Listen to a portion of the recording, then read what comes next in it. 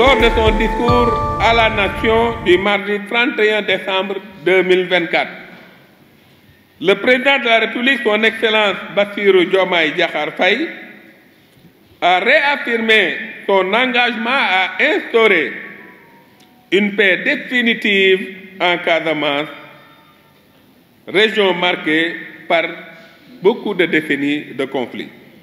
Cette paix est essentielle à la réussite de projets de développement inclus dans la vision Sénégal 2050, particulièrement dans le pôle économique sud. La paix en Casamance n'est pas une option, mais un impératif, a déclaré le chef de l'État, en ajoutant que l'absence de stabilité freine les initiatives de développement dans cette région riche en ressources naturelles et dotée d'un potentiel économique extrêmement stratégique. C'est ainsi que le gouvernement a fait de la question du développement de cette partie du pays une très grande priorité. Elle a été confirmée par la tenue d'un conseil interministériel qui a posé un acte institutionnel majeur par la mise en place du plan intégré de développement durable de la Casamance, dit plan Diomaye pour la Casamance.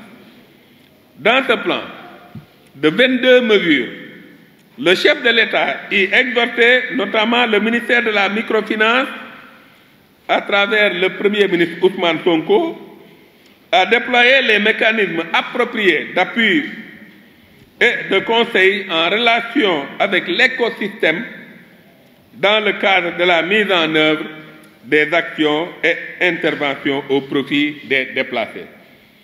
Vous comprenez alors toute la raison de l'approche inclusive que nous avons adoptée, notamment en prenant en compte toutes les dimensions et toutes les parties prenantes, dont je peux citer au passage la convention qu'on a signée avec le conseil départemental.